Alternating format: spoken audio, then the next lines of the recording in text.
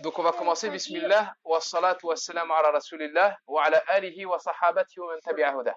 Donc l'objet de notre premier cours, c'est quoi? C'est l'importance de l'étude de la sira. Avant de vous donner certaines fawaïd, certains bienfaits de l'étude de la sira, je vais vous interroger. À votre avis, pourquoi on étudie la sira du prophète sallallahu alayhi wa sallam? En levant la main, comme d'habitude. Daoud. Pour introduire l'islam. Je comprends pas exactement ce que... Comment? Pour essayer d'être comme lui. Pour essayer de lui ressembler, exactement.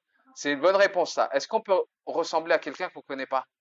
Et pourquoi on veut ressembler au prophète, sallallahu alayhi wa sallam? Parce que c'est le meilleur des hommes. On relève la main toujours.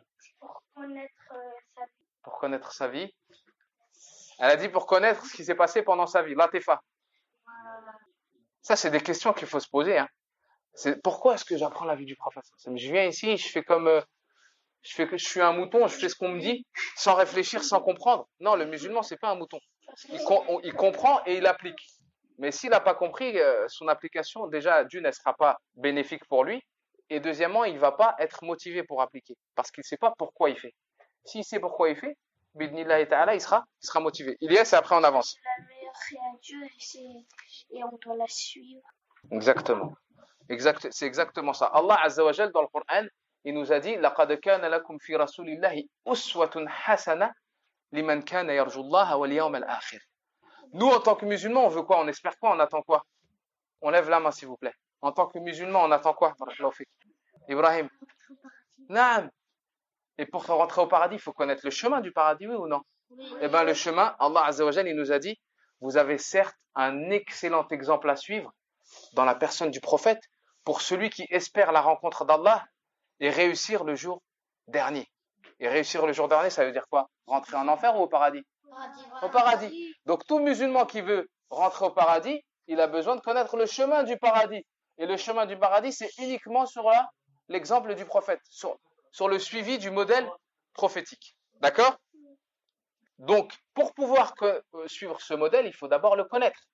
Aujourd'hui, beaucoup de gens ils te disent, moi j'aime le prophète, moi j'aime le prophète, moi j'aime... Est-ce que vous connaissez un musulman qui n'aime pas le prophète?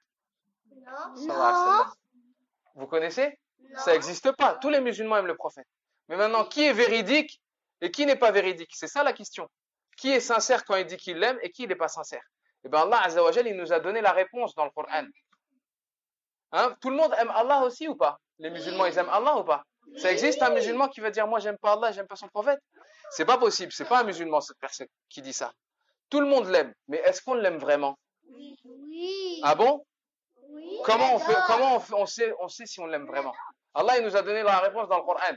Comment on sait si on aime vraiment Allah et son prophète sallallahu alayhi wa sallam? On lève la main. Daoud. On fait la prière. On fait la prière. On s'aide à la Salat al-Nabi. Latifa. On fait des bonnes actions. On fait des bonnes actions. On fait- Ça tourne tous autour de la même réponse. On fait Ramadan, Zakat, Hajj, on fait les ablutions. Taïb. Ok, vous avez donné des exemples d'adoration. Allah, dans le Coran, vous savez, un groupe de chrétiens est venu voir le prophète sallallahu alayhi wa sallam et ils lui ont dit, nous, on aime plus Allah que toi. Nous, les chrétiens, on aime plus Allah que toi. À ce moment-là, Allah Azza wa Jal, il leur a envoyé, il a descendu un verset dans Surat Al-Imran, dans laquelle il a voulu les éprouver et leur montrer qu'en réalité, eux, ce qu'ils disent, ce qu'ils prétendent, c'est faux. Ils sont pas véridiques. Donc, on peut dire qu'on aime Allah, mais en réalité, c'est faux. Et Allah nous dit comment est-ce que on concrétise cet amour. Comment est-ce qu'on concrétise l'amour d'Allah? Comment on est véridique quand on dit qu'on aime Allah et qu'on aime son prophète sallallahu alayhi wa sallam? Allah, il a descendu le verset suivant. Qul in kuntum tuhibbuna Allah fattabi'uni yuhibbukumullah wa yaghfir lakum dhunubakum. Allah, il nous dit, si, en répondant à ces gens-là, et également pour nous aussi, pour que ça nous serve de leçon à nous aussi, en répondant à ces chrétiens de Najran, il leur dit quoi? Il leur dit, dis-leur, ô messager d'Allah, dis-leur à ceux qui prétendent qu'ils aiment Allah, dis-leur, si vous aimez vraiment Allah, alors suivez-moi. Suivez qui? Suivez le prophète sallallahu alayhi wa sallam. Alors à ce moment-là, Allah vous aimera et vous pardonnera vos péchés. Donc celui qui aime Allah, c'est celui qui suit le prophète sallallahu alayhi wa sallam. La condition pour être sincère dans ton amour vis-à-vis d'Allah Azza wa Jal, c'est que tu suives le prophète sallallahu alayhi wa sallam. Quelqu'un qui te dit, moi j'aime Allah jour et nuit, tous les jours, moi j'aime Allah, tu dis d'accord, comment il s'appelle ton prophète? Où est-ce qu'il a vécu? Où est-ce qu'il est né? Combien il avait d'enfants? Combien il avait d'épouses? Où est-ce qu'il a fait le hijra? Où est-ce qu'il est mort? Où est-ce qu'il est enterré? Combien d'années il a vécu? Il te dit, je sais pas. Par contre, tu l'interroges sur les footballeurs, sur les chanteurs, Sur les acteurs, il connaît toute leur vie. Sur les toupies, hein? Les toupies, hein? Ibrahim et Imran. Il connaît tout. Par contre, tu l'interroges sur le prophète, Allahu alam. Et il te dit, moi, je l'aime, sallallahu alayhi wa sallam. Je l'aime. Il dit vrai, lui, ou pas? Non. Non, parce qu'Allah, il dit, celui qui aime réellement le prophète, c'est celui qui le suit. Et pour le suivre, on peut le suivre sans le connaître? Non. Tu peux suivre quelqu'un que tu connais pas? Non. Je sais pas, moi, je te dis, par exemple, suis la guidée du compagnon Hudayfa ibn al-Yaman, par exemple. Qui connaît Hudayfa ibn al-Yaman ici? Il y en a un qui le connaît. Tout le reste, je te dis, suis Hudayfa ibn al-Yaman. Suis l'exemple du compagnon Hudayfa. Tu le connais pas. La première chose que tu vas me dire, c'est qui Hudayfa? Oui ou non? Pour que j'apprenne sa vie, je regarde ce qu'il faisait et que j'essaie de faire comme lui. Eh ben, c'est la même chose pour notre prophète, sallallahu alayhi wa sallam. On peut dire qu'on l'aime, on peut dire qu'on le suit, mais en réalité. Et vous savez, le paradis, y rentrer, c'est facile. C'est facile. Et regardez ce que le prophète sallallahu alayhi wa sallam nous a dit. Écoutez bien. Il nous a dit, kullu ummati tadkhulul jannah. Toute ma communauté, tous les musulmans, ils vont rentrer au paradis. Illa man aba. Sauf celui qui refuse. Sauf celui qui refuse. Tu refuses de rentrer? Tu refuses? Qui refuse ici? Personne refuse. Et à ce moment-là, les compagnons, vous êtes étonnés, ben les compagnons, pareil, ils se sont étonnés. Ils ont dit, ya Rasulallah, qui va refuser de rentrer au paradis? Qui va refuser de rentrer au paradis? C'est que ça existe, ça, c'est possible? Non. Et écoutez ce qu'il a dit. Il a dit, kullu ummati tadkhulul jannah illa man aba. Ils lui ont dit, ya Rasulallah, wa man ya aba? Il leur a dit à ce moment-là, man ata'ani dakhala al-jannah, wa man asani faqad aba. Il a donné la réponse suivante. Ils lui ont dit, comment est-ce que quelqu'un peut refuser? Et à ce moment-là, il leur a dit, celui qui m'obéit a accepté de rentrer au paradis. Man ata'ani dakhala al-jannah. Donc toute personne qui suit le prophète sallallahu alayhi wa sallam, le prophète sallallahu alayhi wa sallam lui a promis que Allah le ferait rentrer au paradis. D'accord? Et ensuite, il a dit quoi? Il a dit, wa man asani faqad aba. Et celui qui me désobéit, il a certes refusé. Même s'il dit, moi j'aime le prophète, moi j'aime Allah, moi je suis musulman. Mais quand on lui dit, le prophète, il a demandé de faire ça, il te dit, ouais, mais moi, j'ai pas envie de le faire. Eh ben, lui, il n'est pas véridique. Et lui, il a refusé de rentrer au paradis. Lui, il a refusé. Vous savez, les compagnons, ils aimaient le prophète, sallallahu alayhi wa sallam, d'un amour inimaginable. Qui peut me citer l'histoire d'un compagnon qu'on a cité ici sur l'amour d'Allah, sur l'amour du prophète, sallallahu alayhi wa sallam, qu'on a cité, son exemple? Saad ibn Abi Waqqas, très bien. Un autre. Hamza. Hein? Hamza, là. Un compagnon, on l'a cité que pour ça. Khubayb ibn Adi. Khubayb ibn Adi. Les compagnons, ils aimaient le prophète de manière inimaginable. Et dès que quelqu'un lui désobéissait, ils n'étaient pas contents, même si c'était leur propre fils.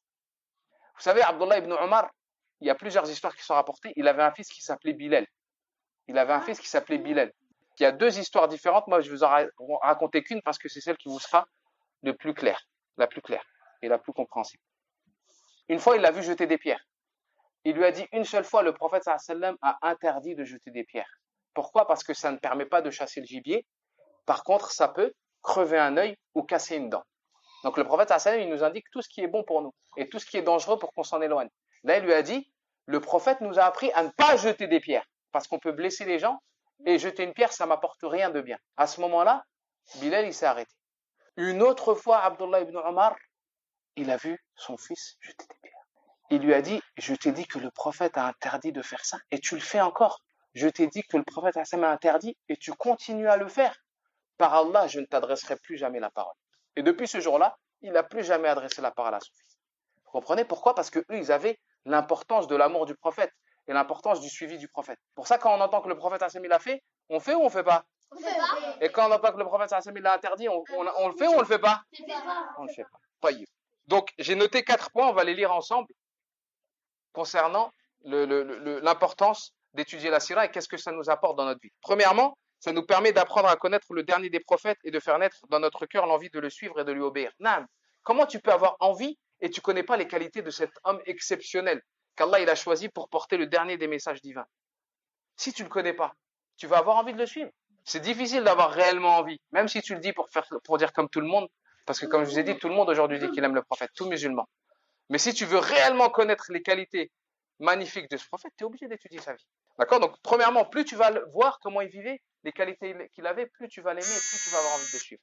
Deuxièmement, de parvenir au fait de l'aimer plus que toute autre créature, en méditant sur ses qualités qui illustrent la perfection humaine et qui prouvent la véracité de sa prophétie. Naam, tu vas réellement l'aimer. Quand tu vas le connaître, tu ne peux que l'aimer. Impossible, avec toutes ses qualités, de ne pas aimer ce prophète sallallahu alayhi wa sallam. Et d'ailleurs, le prophète sallallahu alayhi wa sallam, il a dit لا يؤمن أحدكم حتى أكون أحب إليه من والده وولده والناس أجمعين. Nul d'entre vous ne sera réellement croyant, il n'atteindra pas la foi complète tant qu'il ne m'aimera pas plus que son propre père, que son propre fils et que toutes les créatures. Donc le prophète, le vrai croyant, celui qui veut avoir la foi la plus haute possible et la foi complète, il doit aimer le prophète sallallahu alayhi wa sallam plus que toute autre créature. Pas plus qu'Allah, mais plus que toute autre créature. D'accord? Et l'aimer, ça veut dire que lorsque le prophète sallallahu alayhi wa sallam, la personne du prophète, elle est touchée, elle est critiquée, ça te fait mal. Quand tu vois que quelqu'un est désobéit au prophète sallallahu alayhi wa sallam, ça te blesse, ça t'attriste. Vous comprenez? Quand tu vois que tu n'as pas pu pratiquer une sunna, tu as oublié de pratiquer une sunna, ça te blesse, tu es triste. Troisième point, de pouvoir le suivre réellement et concrètement, car on ne peut pas suivre une personne qu'on ne connaît pas. Ça, on l'a déjà dit. Si tu ne connais pas, tu peux pas le suivre. Et quatrièmement, de trouver l'exemple parfait, le modèle à suivre dans tous les aspects de notre vie. Naam, le prophète sallallahu alayhi wa sallam, c'était le meilleur des pères. C'était le meilleur des époux. C'était le meilleur des frères en religion. C'était le meilleur des chefs, le meilleur des gouverneurs, le meilleur des amis, le meilleur des éducateurs. À tous les niveaux, c'est un modèle pour nous. Tu veux savoir comment tu dois te comporter avec tes parents? Regarde comment le prophète sallallahu alayhi wa sallam, il s'est comporté. Même s'il était yatim, le prophète sallallahu alayhi wa sallam se comportait de la meilleure des manières avec ses mères de lait. Jusqu'à leur mort. Et jusqu'à sa mort, il a pris soin d'elles, de Thuwayba et de Halima. Écoutez, lisez leur vie et regardez comment le prophète sallallahu alayhi wa sallam se comportait avec eux. Donc si tu veux savoir comment se comporter avec tes parents, regarde comment le prophète sallallahu alayhi wa sallam se comportait avec ses mères de lait. Ses parents, eux, sont morts, comme on le verra, Inch'Allah, alors qu'il était enfant. Tu veux savoir comment être avec tes frères en religion? Regarde comment le prophète sallallahu alayhi wa sallam il était. Si demain il y en a, ils disent parmi vous qui veulent enseigner plus tard, regardez comment il enseignait, avec la douceur, la sagesse qu'il avait. Vous comprenez? Tu es touché par une difficulté? Eh bien, sache que le prophète sallallahu alayhi wa sallam, il a été touché par les pires des difficultés. Il a perdu les membres de sa famille. Il a été touché par la maladie. Il a été rejeté par son peuple, insulté, humilié. On s'est moqué de lui. On l'a expulsé de la Mecque. Toutes ces difficultés. Donc, si toi, tu es touché par une petite épreuve, tu as un exemple à suivre. Dans le prophète sallallahu alayhi wa sallam. Comment est-ce qu'il a réagi dans la difficulté? Son peuple l'insultait et lui, il les appelait au bien. Et quand l'ange, cette histoire on la verra, mais je vous l'ai dit, une fois qu'il a été expulsé, qu'il est sorti de Mecca et que pour aller à Taïf, à un moment il allait chercher du secours à Taïf, ils l'ont rejeté. À ce moment-là, Allah il a envoyé des anges. Ils sont venus le voir et ils lui ont dit, Jibril lui a dit, je suis avec l'ange, Malakul Jibel, je suis avec l'ange des montagnes. Ou l'ange qui te demande si tu veux qu'on écrase ton peuple avec 2 montagnes. Parce qu'à la Mecque, il y avait deux montagnes autour de la Mecque. Et l'ange lui a dit, si tu veux, ce peuple qui t'a rejeté, qui t'a insulté, qui s'est moqué de toi, qui t'a repoussé, qui a refusé ton message, si tu veux, on les engloutit tout de suite. Tu as juste à nous dire, on le fait. À votre avis, il a voulu se venger? Non. Il a été méchant? Non. Il leur a dit quoi? Il leur a dit, je ne veux pas qu'ils soient exterminés et j'espère qu'Allah Azza wa Jal fera sortir de leur descendance des gens qui adoreront Allah sans lui donner aucun assouci. Nous, quand aujourd'hui quelqu'un il nous fait du mal, on réagit bien ou on réagit pas bien? La plupart d'entre nous, on réagit pas bien. Quelqu'un il te fait du mal, tu essaies de lui faire plus de mal encore. Eh bien, le prophète sallallahu alayhi wa sallam, on lui faisait du mal et lui, il essayait de répondre par le bien. Et il répondait toujours par le bien. Et c'est pour ça que c'était la meilleure des créatures et c'est pour ça que son message, il a été accepté. Vous comprenez? Le prophète sallallahu alayhi wa sallam, il avait aucun frère et sœur. Il avait des frères de lait. Et ça, on le verra. On le verra, Inch'Allah. Tout ça, ça va être mentionné, bidnillah, ses frères de lait, frères de sœur. Abu Salama, Masrouh, Shayma, il en avait plusieurs. On va s'arrêter là, il reste 5 minutes. On va lire les vers de poésie ensemble pour être sûr que vous les prononciez bien. Tayyib. Vous allez répéter après moi. Alhamdulillahi al-Qadir al-Bari. Alhamdulillahi al-Qadir al-Bari. Alhamdulillahi al-Qadir al-Bari. Alhamdulillahi al-Qadir al-Bari. ثم صلاته على المختار. ثم صلاته على المختار. ثم صلاته على المختار. بلال avec nous. ثم صلاته على المختار. وبعدها كسيرة الرسول. وبعدها كسيرة الرسول.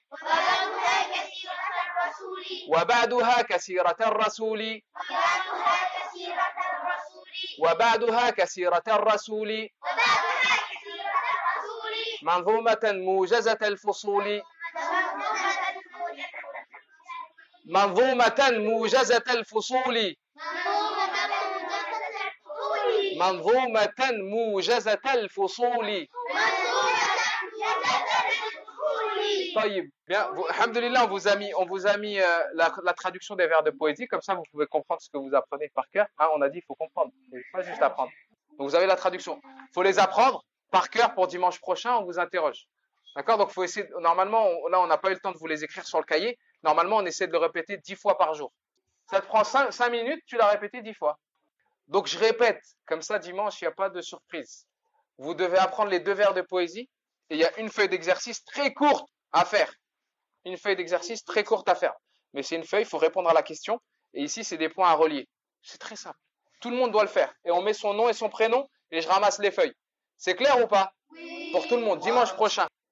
Et on poursuit la semaine prochaine, Inch'Allah. Subhanakallahumma wa bihamdika, ashhadu an la ilaha illa anta, astaghfiruka wa atubu ilayk.